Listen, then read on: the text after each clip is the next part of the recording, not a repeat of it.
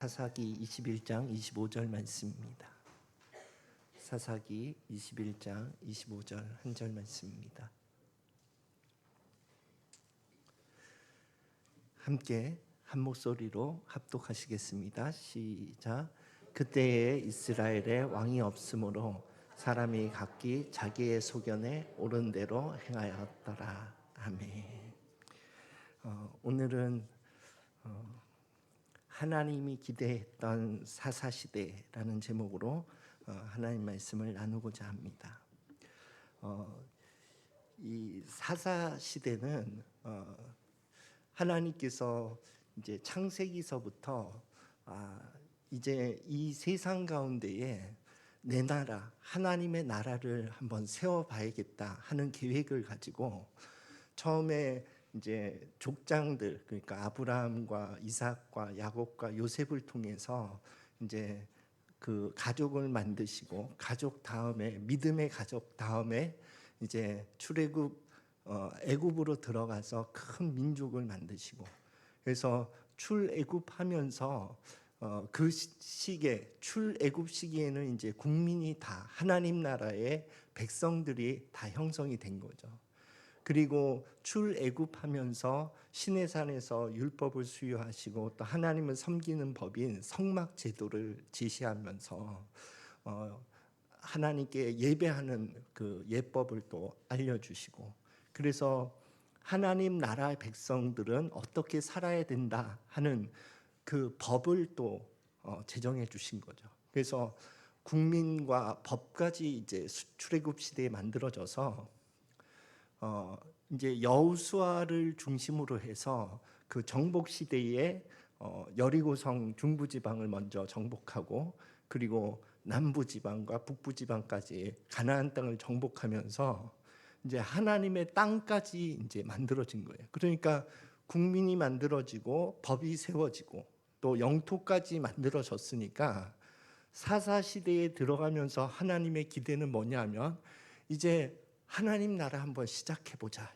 이런 기대가 하나님한테는 있었던 거죠. 네.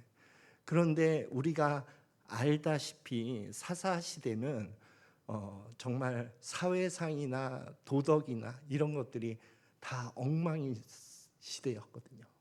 그래서 하나님이 기대했던 사사 시대였는데 하나님의 큰 실망을 안겨준 시대가 바로 사사 시대가 된 거예요. 그런데 그 사사 시대를 규정하는 한 문장, 한 성경 구절이 오늘 읽었던 이제 사사기 21장 25절인데, 이 같은 구절이 사사기에 한 3-4차례 나옵니다. 같은 표현의 구절이. 그래서 한번 다시 읽어볼까요? 시작. 그때에 이스라엘에 왕이 없으므로 사람이 각기 자기의 소견에 옳은 대로 행하였더라. 이 문장을 해석할 때에 그 히브리 원문에는요, 그때에 이스라엘에 왕이 없었다 한 문장 끝나고, 그리고 사람이 각기 자기 소견에 옳은 대로 행하였다, 이 2문장으로 되어 있어요. 2문장으로 되어 있는데 이 2문장 사이에 접속사가 없습니다. 그러니까 우리가 흔히 아는 첫 번째 해석은 이제 그 사회상을 기반으로 해서 이스라엘의 이 왕이 없어서 엉망이다, 자기 소견에 옳은 대로 행하는 이 엉망인 사회를 봐라, 이렇게 해석하기도 하고, 또 하나님이 왕이신데 하나님을 왕으로 여기지 않아서 엉망이다, 이렇게 해석하는 게 첫 번째 해석이거든요. 그러면 이렇게 엉망이다 하는 이 해석을 하려면 이스라엘의 왕이 없었다, 그리고 접속사가 그러므로 라는 접속사가 붙어 있어야 돼요. 그러므로 사람이 자기 소견에 옳은 대로 행하였다, 이렇게 돼야 첫 번째 해석이 논리적으로 맞는 거죠. 그런데 이 히브리 원문에 접속사가, 이게 하나님의 의도인지 아닌지 모르겠지만 접속사가 없어요. 그래서 그러므로라는 접속사를 넣을 수도 있고 그러나라고 하는 접속사를 넣어서 해석할 수도 있는 여지가 있는 거예요. 그래서 그러면 그러나라고 하는 접속사를 넣으면 하나님의 기대, 그러니까 지금 역사적인 구속사 역사 흐름 가운데에서는 사사시대 때에는 야 이제 한번 하나님 나라 해보자 하는 기대가 있었다고 했잖아요. 그런 기대에 따른 해석을 하자면 이렇게 되는 거예요. 그때에 이스라엘의 왕이 없었다. 그러나 사람이 각기 자기 소견에 옳은 대로 행하였다 하는 것으로 해석하면 하나님의 기대는 인간 왕이 없어도 하나님을 왕으로 삼아서 하나님의 뜻대로 사는 성숙한 신앙 공동체를 기대했다는 거예요. 예. 그러니까 하나님의 기대와 실상은 정말 너무나 큰 차이가 있구나 하는 것을 보여주는 구절이라고 말할 수가 있는 겁니다. 그러면 제가 하나님의 어떤 그 나라에 대한 이상적인 하나님 나라에 대한 일반적인 동양과 서양의 그 이상 국가론을 잠깐 다루고자 하는데, 그것은 이제 공자가 말하고 있는 성인 군자의 그 경지에 이르렀을 때 어떠한 그 삶의 모습이 있느냐 하는 것을 설명하고 싶어서 지금 이상 국가론을 잠깐 다룰 겁니다. 저도 뭐 이상 국가론을 공부하거나 그런 사람은 아니에요. 그런데 요것을 잠깐 다루자면 이상 국가를 형성하는 데 있어서 열쇠가 되는 것이 성숙한 왕과 성숙한 백성이에요. 그게 이상 국가를 이루는 데 있어서 필수적인 열쇠가 되는 요소예요. 성숙한 왕과 성숙한 백성. 그래서 서양에서는 플라톤이 철인 정치를 얘기했는데, 철인 정치가 뭐냐 하면 철학자들이 정치를 해야 된다 하는 거예요. 예. 그냥 민주주의로 이렇게 탁 풀어놨더니 소크라테스라고 하는 위대한 그 철학자도 그냥 사형을 처해버리는 그 현실을 보면서 이 사회를 움직이는 통치는 철학자들이 해야 된다. 지혜가 있는 사람들이 해야 된다. 이런 주장이에요. 자, 그러면 또 동양에서는 어떤 주장이 있냐면은 공자가 얘기하기를 왕도 정치를 해야 된다 이런 주장이거든요. 이상 국가를 만들려면. 그 왕도 정치는 뭐냐 하면 성인 군자들이 나라를 통치해야 된다 이런 주장이에요. 예.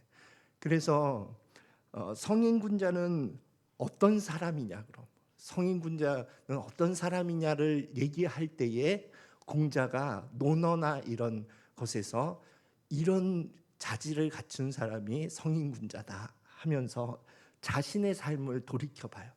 돌이켜보면서 자신의 삶이 뭐 30대에는 뜻을 세우고 40대에는 뭐 불혹, 뭐 유혹에 이렇게 흔들리지 않고 50대에는 천명, 하늘의 뜻을 내가 알게 되었고, 그리고 60대에는 이순, 귀가 이렇게 부드러워져서 다른 사람의 말을 잘 수용할 수 있게 되었고, 70세가 되니까 종심의 마음을 갖게 되더라 하면서 성인 군자의 덕목에 종심소욕 불류구라는 표현을 썼어요.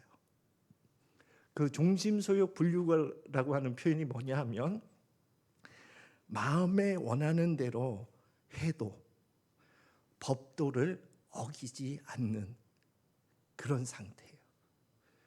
그러니까 자기의 소욕을 따라가도 그 법도를 어긴 선을 넘지 않더라 하는 게 종심의 경지거든요. 그러니까 성인 군자는 이렇게 자기의 원하는 그 마음을 따라가도 법도를 어긋나지 않는 그런 사람이 성인인데, 이런 사람들이 정치를 해야 이상국가가 되는 거다.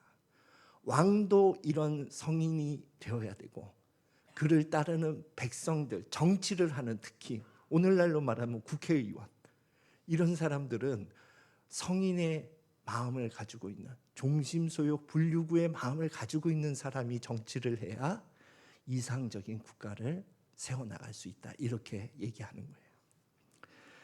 자, 그러면 제가 왜 이야기를 하냐면 종심소욕 불유구가 하나님이 기대했던 하나님 나라 백성의 자질이었어요. 그것을 누가 교육해 주기를 원했냐 하면은 레위인들이 그렇게 해주기를 원했어요. 그런데 사사시대에는요, 레위인들이 그 역할을 전혀 못했다 하는 것을 고발하는 내용이에요.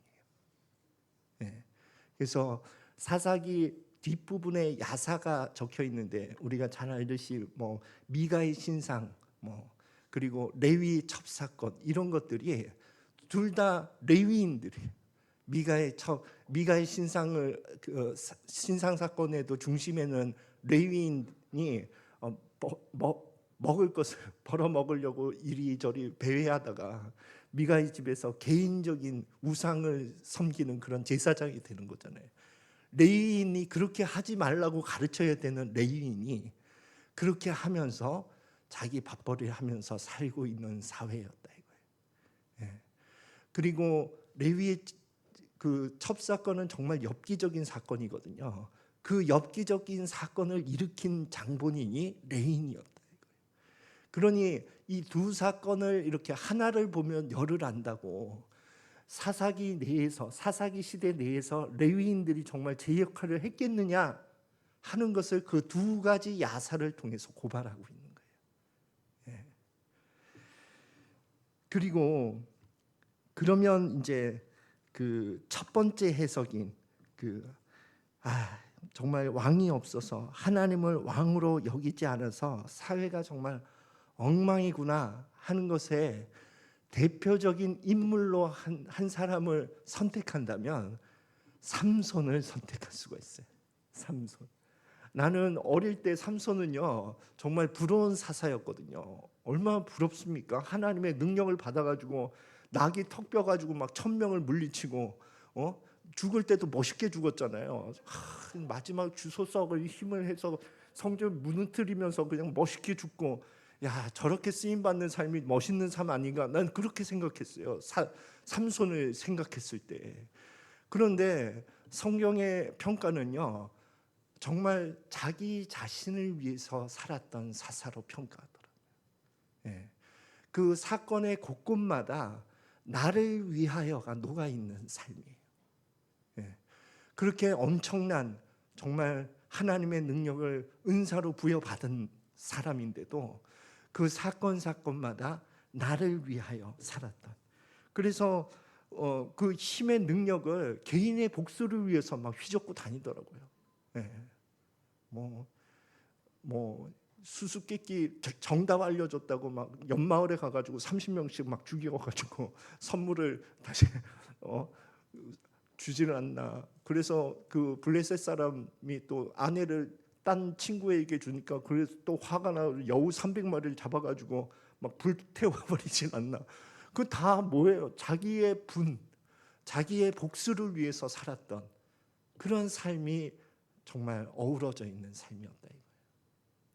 그리고 나실인이라는 것을 본인도 알잖아요. 왜냐하면 나실인의 그 금지 조항 중에 하나가 머리에 삭도를 대지 않아서 머리를 길게 하고, 또 죽은 사체를 만지지 않는 것이 또 금지 조항이에요. 나실인으로서. 또 포도주와 독주를 마시지 않는 것. 알아요. 어렸을 때부터 너는 나실인이다 하고 이 세 가지 조항들을 얼마나 많이 들었겠습니까? 그런데 뭐 배가 고프다고 사자가 죽은 거기에 뿔이 있다고 뿔 사체에 손을 대잖아요. 안 되는 거 알아요. 알지만 되잖아요. 그러니까 하나님의 그 어떤 율법이나 말씀에 대해서 나를 위하여 내가 원하는 것, 그것에 따라서 얼마든지 어길 수 있는 하나님의 말씀을 가볍게 여겼다는 거예요. 그리고 세 번째는 낙이 턱뼈를 가지고 1000명을 다 때려 잡았어요. 블레셋 사람들을 다 때려 잡은 다음에 그 삼손이 했던 말이, 이 블레셋 사람 1000명을 내가 죽였노라, 이런 표현을 쓰더라고요. 그러니까 이 힘의 근원이 하나님으로부터 왔다, 그리고 이 승리가 하나님으로부터 왔다 하는 것을 망각하면 나올 수 있는 행동이에요. 내가 이루었다, 이거거든요. 그래서 정말 나를 위하여라고 하는 삶이 녹아있는, 그래서 그 사람이 어떤 위치에 있든 또 하나님 나라에서 어떤 역할을 하든 간에 나를 위하여라는 삶이 녹아있는 그 삶은 하나님 보시기에는 엉망이라는 거예요. 하나님은 원래 정말 이런 사회를 원하지 않았는데, 하나님은 원래 이런 삶을 원하지 않았는데, 그러나 나를 위하여라고 하는 그 삶이 녹아있는 그 삶 가운데에는 하나님의 평가는 엉망이다 하는 평가를 받는 거예요. 그럼 두 번째, 하나님이 기대했던 두 번째 해석인 종심소욕 불유구의 삶을 사는 사람이 사사기 가운데 인내하고 살펴보았던 그것이 룻기더라고요. 나는 룻기가요 정말 저희 시부모님에게 잘하면 저희 복을 받는다, 이런 내용이 룻기의 주제인 줄 알았는데, 그런데 룻기는 세 가지 포인트가 있는데, 첫 번째는 다윗의 계보를 밝히고자 한 거예요. 왜냐하면 룻기의 맨 마지막이 보아스에게서 누가 낳고 이새에게서 다윗이 낳다, 이것으로 룻기가 마감되는 것을 보았을 때 룻기의 기록 목적은 다윗의 계보를 밝히고 싶었던 거예요. 예. 그리고 우리가 알다시피 다윗을 통해서 누가 태어나요? 이 세상에 예수 그리스도가 태어나잖아요. 그 예수 그리스도의 계보 가운데 있는 사건이다 하는 것을 기록하고 싶은 거예요. 그리고 하나를 더 첨언하자면 이 어두운 사사시대 가운데 다 삼손이라고 하는 그 큰 능력을 받은 사사조차도 나를 위하여 자기 소견에 옳은 대로 살았던 그 시대 가운데에 하나님의 뜻을 따라 종심소욕 불유구의 삶을 사는 사람들이 있다는 거예요. 그것이 첫 번째로는 룻이었고 두 번째로는 보아스였던 거예요. 룻은 이웃 사랑의 어떤 샘플이 되는 것 같아요. 이웃 사랑을 제 나름대로 해석해서 표현하자면은 이웃을 위한 나로 사는 거거든요. 그런데 룻은 나오미를 위한 나로 살았어요. 그걸 선택했던 삶이었어요. 그러니까 내가 어머님을 따라가는 것은 어머님을 위한 나로 존재하기 위한 거예요. 물론 신앙적인 어떤 베이스가 깔려 있긴 하지만 어머님의 하나님이 나의 하나님입니다. 그것도 나오미가 삶으로 보여줬던 어떤 신앙적인 감화가 있었기 때문에 가능한 거겠죠. 신앙적으로 엉망으로 사는데 어머니 하나님이 나의 하나님입니다, 따라가겠습니다, 그러진 않을 거 아니에요. 그러니까 그런 이웃 사랑의 샘플이 되는 것이고, 보아스는 하나님 사랑의 또 샘플이 되는 거예요. 하나님을 위한 나로 살았던 삶이에요. 그가 부자이기도 하지만 그 밭에서의 어떤 헤세드가 아가페의 구약적인 표현이거든요. 그래서 정말 대가를 바라지 않고 선을 베풀었던, 그것은 또 레위기에서 사회적 약자에게 행하라 하는 권면을 그대로 따라서 실천한 거거든요. 과부를 위해서, 고아를 위해서 너희 밭에서 곡식을 이제 추수할 때에 싸그리 다 걷지 마라, 좀 떨어뜨려라.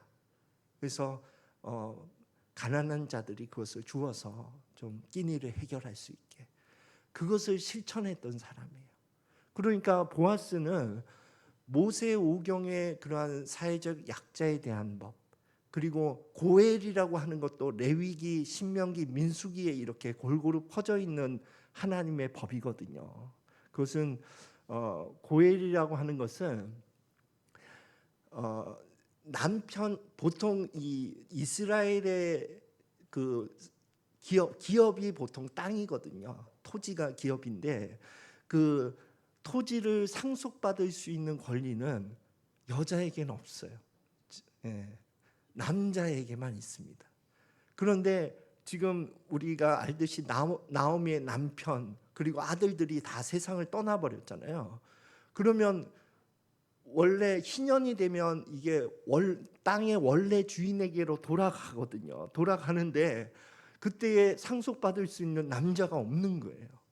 그래서 이스라엘의 레위기에서 법을 세우기를 가장 가까운 친척이 그 토지를 상속받아서 이 과부에게 과부가 살아갈 수 있도록, 또 과부가 또 자손을 또 낳아서 이 대가 끊기지 않을 수 있도록 그 가장 가까운 친척이 그를 아내로 맞이해서 재산도 상속해주고 자손도 낳을 수 있도록 해줘라 하는 것이 고엘법이에요.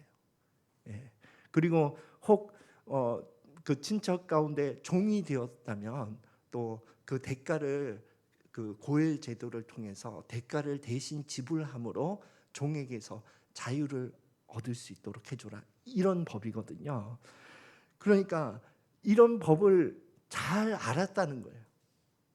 예. 가장 가까운 친척이 그것을 할 수 있다는 것도 알았고, 안 그러면 그 룻이 그 나오미의 지령을 받고 이제 밭에 저기 살짝 가서 이부자리에 쓱 들어가라.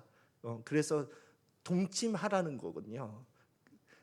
그러면 이 깜짝 놀랄 거 아니에요, 남자가. 너 왜 잠자리에 들어와서 뭐 하는 짓이야? 이렇게 할 때에 고엘 제도에 따르면 당신이 기업 물을 자라고 합니다. 그래서 왔습니다. 이렇게 하면 된다는 거잖아요. 그랬을 때 율법 뭐 이것을 가벼이 여기거나 경시한다면 그래 아내 하자. 아내 하자. 그리고 뭐 마을 사람들에게 이제 불쌍해서 이제 내일부터 우리 집에서 살기로 했으니까 그리 하쇼. 뭐 이렇게 얼마든지 할 수 있는 거잖아요. 당시 사회에서 이게 뭐 안 되는 건 아니라고 난 생각하거든요. 그러나 그렇게 하지 않고 법대로 갔다는 거예요. 법대로 갔다는 것은 그 법을 잘 알고 있다는 거 아니에요. 그러니까 우리의 삶에도 시사하는 바가 있는 거예요. 우리의 삶도 우리가 알고 있는 대로 이 세상의 어떤 논리대로 그렇게 얼마든지 할 수 있어요. 그 문제를 그렇게 해결할 수 있어요. 그러나 그렇게 하지 않고 하나님의 말씀의 법대로 가는 것이 하나님께서 원하는 성도의 삶 아니냐 이거죠.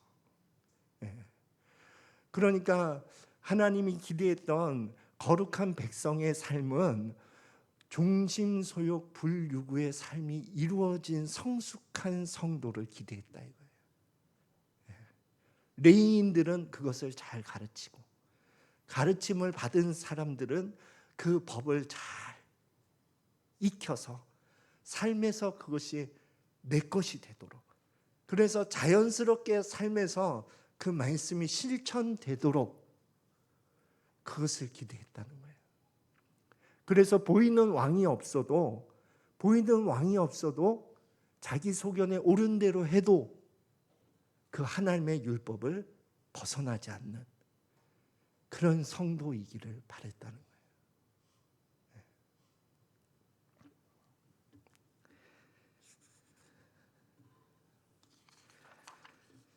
오늘날 교회를 향한 하나님의 기대가 이 사사시대의 이스라엘 민족을 향한 기대와 너무 비슷하다는 생각이 들었어요. 하나님이 정말 예수 그리스도를 통해서 이 죄의 문제를 다 해결해 놓으셨잖아요. 그래서 하나님과의 관계의 문을 열어놓고, 그리고 우리의 연약함을 다 감안하시고 넘어지고 또 넘어지고 또 넘어져도 그 죄의 대가를 보혈에 귀속시켜 놓으셨잖아요. 그래서 우리가 넘어져도 관계가 막히지 않고 하나님께 나아갈 수 있는 담력을 얻을 수 있는 것은 예수 그리스도의 보혈 때문 아닙니까? 그러니까 그 보혈의 공로라고 하는 칭의를 이루어 놓으시고, 그리고 우리의 본성은 하나님의 뜻대로 갈 수 없다는 것을 하나님께서 아시고 새 영을 우리에게 심어주신 거잖아요. 그게 성령 아닙니까? 그래서 예수 그리스도를 믿는 자에게 하나님의 영을 그 안에 거하게 해주신 거 아니에요. 하나님의 법대로 살 수 있도록, 그리고 사건마다 어려움마다 하나님의 뜻을 기억나게 하시려고 그분의 영이 우리 안에 거하게 된 거잖아요. 그러면 하나님 입장에서는 그 참된 교회로 가기 위한 모든 조치를 이루어 놓으시고, 그리고 이스라엘 민족이 그 하나님의 뜻대로 살아가면서 이방 민족들이 볼 때, 야, 진짜 저 민족 가운데 있는 하나님이 진짜 하나님이시구나, 이걸 보고 이 거짓된 신을 버리고 참된 신에게 돌아가자, 이 역할을 하기를 기대했던 그 기대가 오늘날 우리 교회에게 동일하게 있다 이거예요. 정말 우리가 붙들고 우리가 의존하고 있는 이것이 다 헛된 것이구나, 참된 신 하나님께로, 예수 그리스도의 하나님께로 우리가 회개하고 돌아가자 하는 것을 성도를 통해서 보이기를 원하셨다는 거예요. 이 세상 가운데 그걸 기대하셨어요. 자, 이제 한번 해보자, 하나님 나라로 한번 가보자 하는 것을 기대하셨는데 사사시대와 같이 엉망이 되었다는 거예요. 하나님 쪽에선 다 이루어 두셨는데 엉망이 되어 있다는 거예요. 왜 엉망이 되었는지를 한번 살펴보자는 거예요. 그 가장 뿌리에 무엇이 있는지를, 그 가장 뿌리에 무엇이 있는지를 주는 힌트가 삼손의 삶이에요. 제가 계속 죄성에 대해서 얘기할 때 반복적으로 얘기하지만 나를 위하여, 이것이 죄성의 뿌리예요. 나를 위하여, 이것은 하나님조차도, 예수 그리스도조차도 나를 위하여 존재하게 하는 거예요. 그래서 예수 그리스도조차도 내 삶에서 우상으로 만들어 버리는 거예요. 그래서 죄라고 하는 것은 원래 하나님의 목적에서 벗어난 것을 말하는 거거든요. 단어 뜻 자체가 그래요. 죄라고 하는 것은 하말티아예요. 원래 관역을 향해서 가야 되는 화살이 벗어났다 하는 것을 하말티아라고 표현하는 거거든요. 그런데 하나님은 정말 하나님 사랑, 이웃 사랑으로 살아가길 원하셨어요. 율법을 가장 굵은 기둥으로 두 개를 박는다면 하나님 사랑, 이웃 사랑이거든요.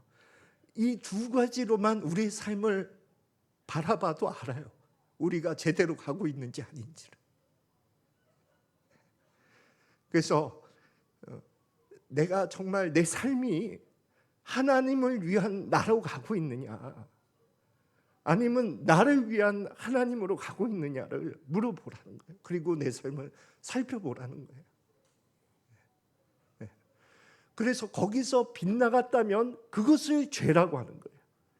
우리는 도덕적인 죄, 음란, 정직하지 못한 것, 욕심, 이런 도덕적이고 윤리적인 죄만 우리가 관심을 갖는데, 하나님은 정말 하나님 사랑, 이웃 사랑이라고 하는 그 두 기둥으로 우리의 삶을 한번 살펴보라는 거예요. 그래서 내 삶이 하나님을 위한 나로 지금 가고 있느냐, 아니면 나를 위한 신으로 가고 있느냐, 그것을 살펴보라는 거예요. 두 번째는 하나님을 위한 나로 가고 있다면 내 삶에서는 이웃 사랑의 열매가 이 동전의 양면과 같다는 거예요. 하나님을 위한 나로 가고 있다면 이웃을 위한 나라고 하는 그 열매가 없을 수가 없다는 겁니다. 그래서 룻이 나오미에게 했던 것처럼 나는 나오미 당신을 위해서 내가 있는 겁니다.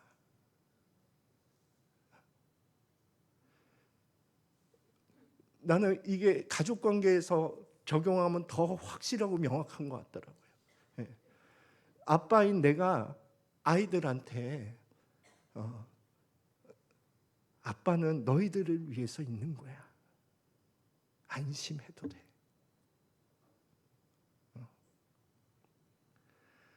만약에 아빠인 내가 나를 위한 자녀로 생각한다면 내 노후는 니네가 책임져야 돼.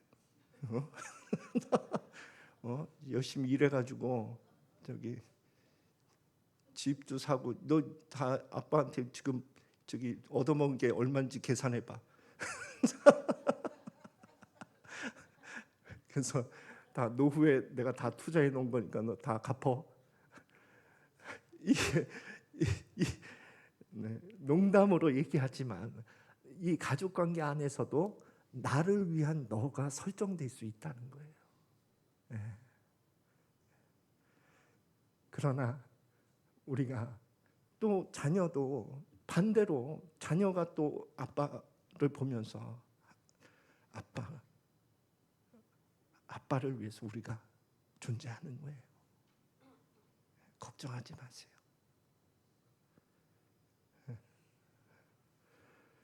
성도들과 관계도 난 그런 것 같아요. 목사님을 위해서 저희들이 있는 거예요. 하고자 하시는 건 마음껏 하십시오.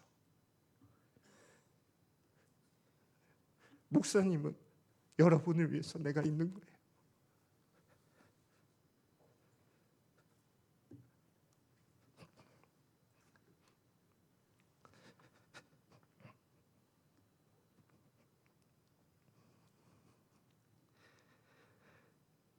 그렇게 되기를 원하시는 거예요, 하나님은.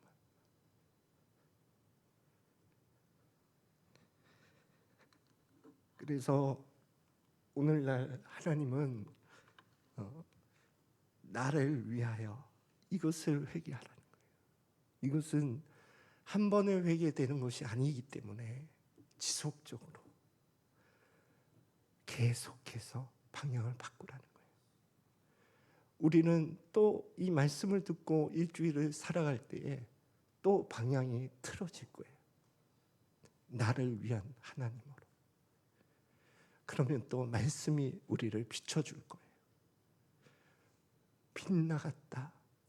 방향을 바꾸어라.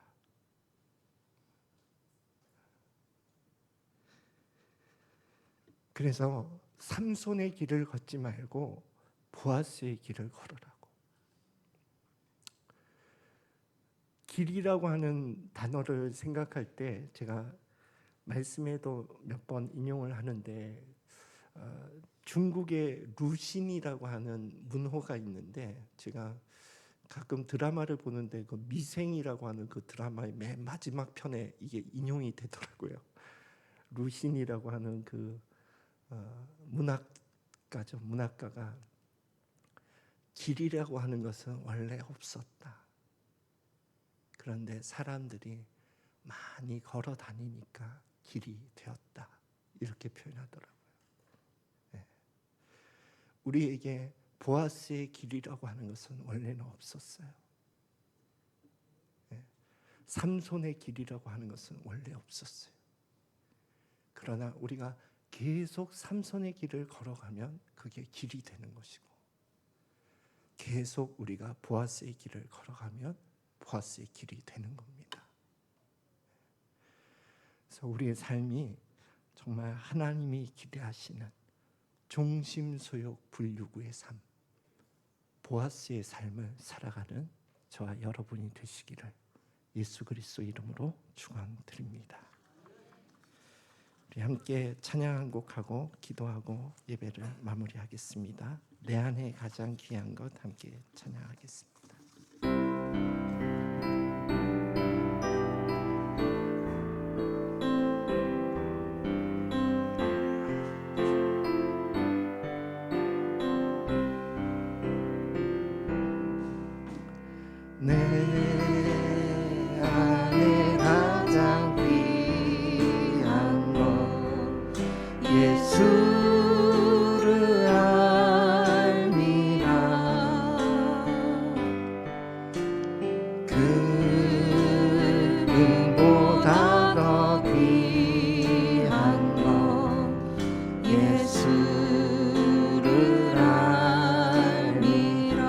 세상 지식보다 귀한 것, 세상 지식보다 귀한 것 예수를 알미라. 내 안에 가장 귀한 것 예수를 알미라. 예수의 이름은 예수의 이름 존귀한 그 이름 예수의 이름 능력의 그 예수의 이름 존귀한 이름 예수의 이름 존귀한 그 이름 예수의 이름 능력의 그 이름. 함께 기도할 때에 하나님 아버지, 나는 나를 위한 삼손의 길을 걷지 않고 정말 종심소욕 분류구의 길, 정말 내 마음의 원대로 가더라도 하나님의 말씀을 벗어나지 않는 보아스의 길을 걷기 원합니다. 나의 연약함을 주님께서 아시오니 성령께서 그 삶으로 이끌어 주시옵소서. 이 제목으로 함께 통성으로 기도하겠습니다. 주의 이름 한번 부르고 통성으로 기도합니다. 주여, 하나님 아버지, 내 삶 가운데 아버지 하나님 그 삼손의 길이 아닌 보아스의 길을 걷기를 원합니다. 하나님이 그토록 기대하셨던 아버지 하나님, 하나님 사랑과 이웃 사랑의 길, 아버지 하나님을 위한 나로, 이웃을 위한 나로 존재하는 그 길을 아버지 하나님 이번 일주일의 삶 가운데도 그 길을 걸어갈 수 있도록 도와주시고, 아버지 하나님 그 길을 분별할 수 있도록 도와주시고, 아버지 하나님 옳은 길을 따를 수 있도록 지속해서 아버지 하나님 회개하고 옳은 그 길을 따라갈 수 있도록 주님께서 붙들어 주시고 인도하여 주시옵소서. 아버지 하나님, 우리의 부족함과 연약함을 아십니다. 아버지 하나님, 예수 그리스도의 보혈로 덮어주시고 지속적으로 주님 앞에 나아가 주님의 뜻대로 살아가는 우리들 될 수 있도록 주님 축복하시고 이끌어 주시옵소서. 하나님 아버지, 우리의 삶을 성령 하나님께서 인도하여 주시옵소서. 하나님의 기대대로 올바른 삶을 살아갈 수 있도록 도와주시옵소서. 지금은 우리를 구원하신 예수 그리스도의 은혜와 우리를 구원하기 위해 예수 그리스도를 우리에게 보내주신 하나님 아버지의 크신 사랑하심과 우리 안에 거하시며 우리의 삶을 인도하고 계시는 성령 하나님의 교통 역사하심이 이곳에서 하나님 앞에 예배드리고 있는 하나님의 거룩한 권속들 머리 위에와 그 가정 위에 지금부터 영원히 함께할지어다.